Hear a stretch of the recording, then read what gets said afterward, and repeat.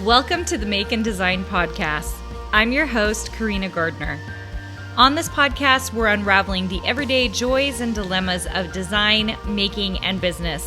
For makers who want to be designers and for designers who are makers, this is your inside scoop to help you grow your business and bring more creativity to your life. I love color. And if you are a designer or crafter, you love color too. And that's part of the reason you're here.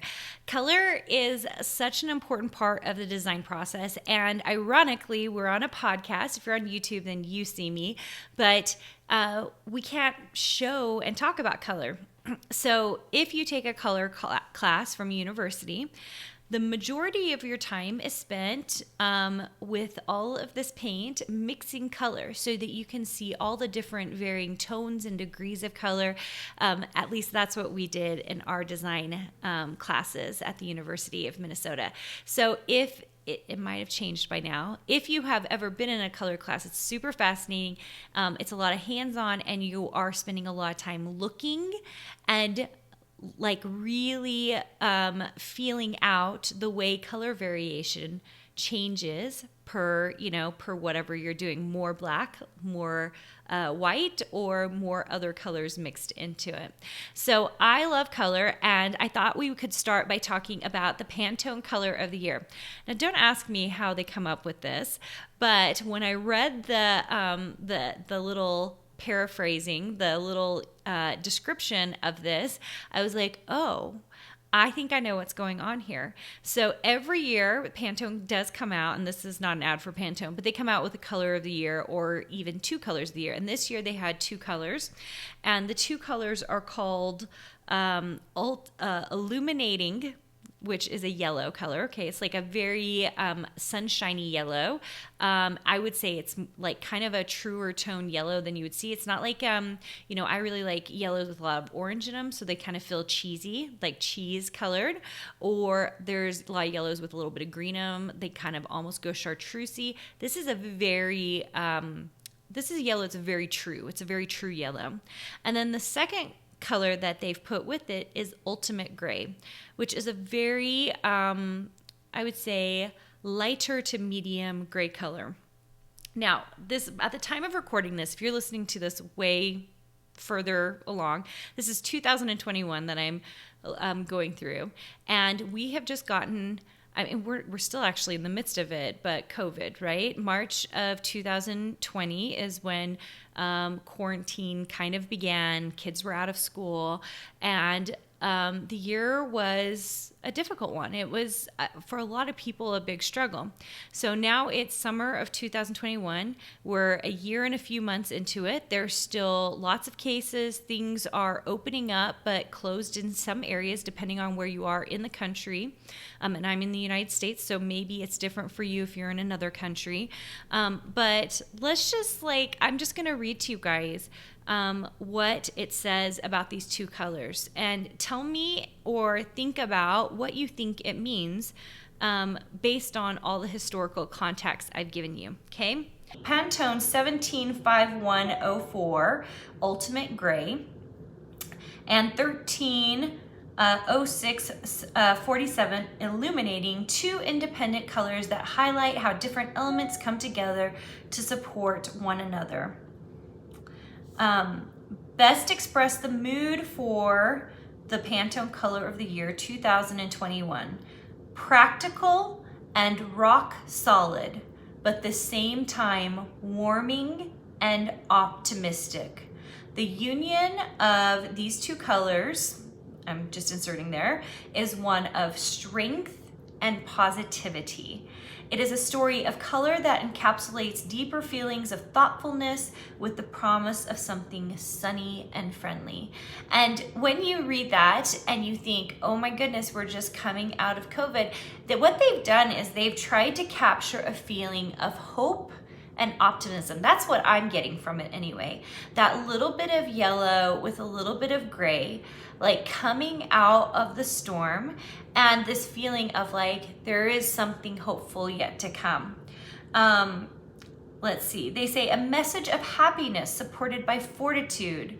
So like maybe strength. It's is aspirational and gives us hope. We need to feel that everything is going to get brighter. This is essential to the human spirit. As people look for ways to fortify themselves with energy, clarity, and hope to overcome the continuing uncertainty, spirited and emboldened by shade, satisfy our quest for vitality. And I'm gonna stop there. There is more. If you wanna go check that out, you can go to Pantone.com. They are in no way, I'm not affiliated with them. I just think it is very fascinating, their choice and how on point their choice was. I feel like they probably had a psychologist come in and talk to them about what we might have been feeling. I just think it's such a fascinating look at how color can help us, how color can bring us hope, it can bring us optimism, and I just thought it was fascinating. So let's talk even more about color. Let's talk about like kind of what color can do for us, right? Color has been known to change our mood. Color has been known to suppress our appetite. It can help us feel a certain way. So as a designer or as a crafter or maker, as you are choosing your colors for things, it matters. It 100% matters, okay? So when you're working on a project, so I'm trying to think of a project I've been working on recently. I've been drawing a lot of dingbats recently. That's why I'm having trouble recalling. I've been doing a lot of pop cards and banners. And in fact, actually, let's talk about some of my summertime projects.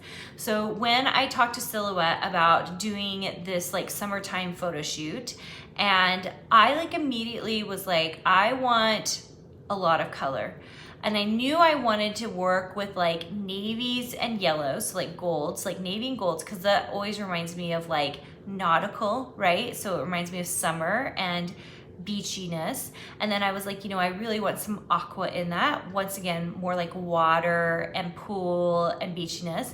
And then I was like, the yellow is like kind of like my offset color for the navy and the aqua, but I wanted to bring in a tiny bit of feminine. So I brought in some pink and some coral as well.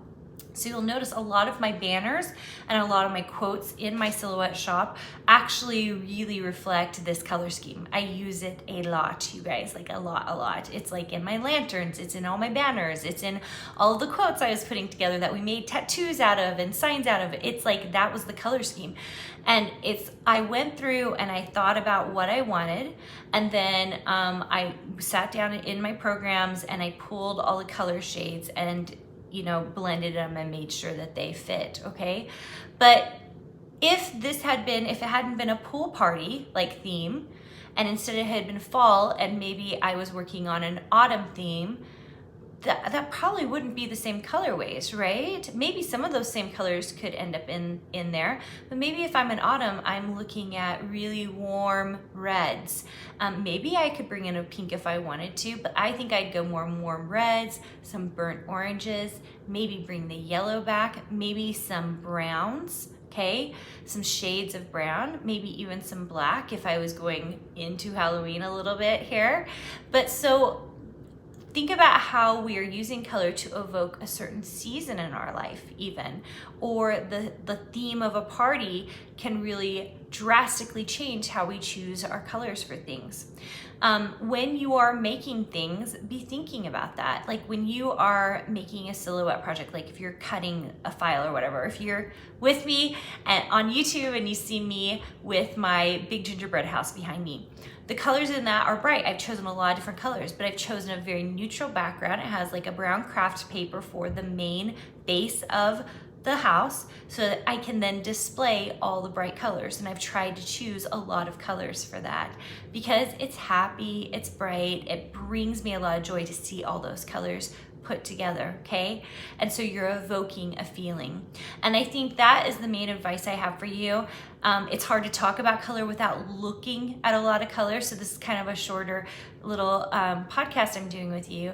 But I just want you to remember and pay attention to the colors that you're using and think very wisely about how you can limit color. So like very early on, and for those of you who are new designers, new makers, those of you who are in my Design Suite program who are new, I actually usually tell you guys to limit your color choices. Why? Because you can control the look and the feel and the design so much better. So I will limit my color choices even in digital kits, because what happens is that if I can use those colors, then I can make sure the design work is even better. And then I can bring in more colors if I want, but you get that solidified,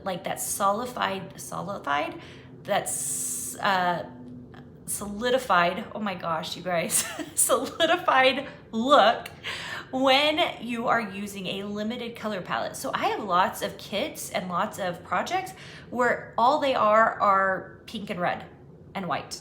You know, like they have a neutral and two colors, or even that's really one color with like white tones into it, right?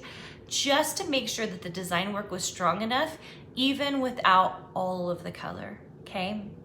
I hope you enjoyed this, and I really hope that you are thinking smart about your colors. If you're listening to this and working on a new project and thinking about the colors, I hope they're making you happy. I love colors that make me happy, and I also love using colors to evoke a feeling.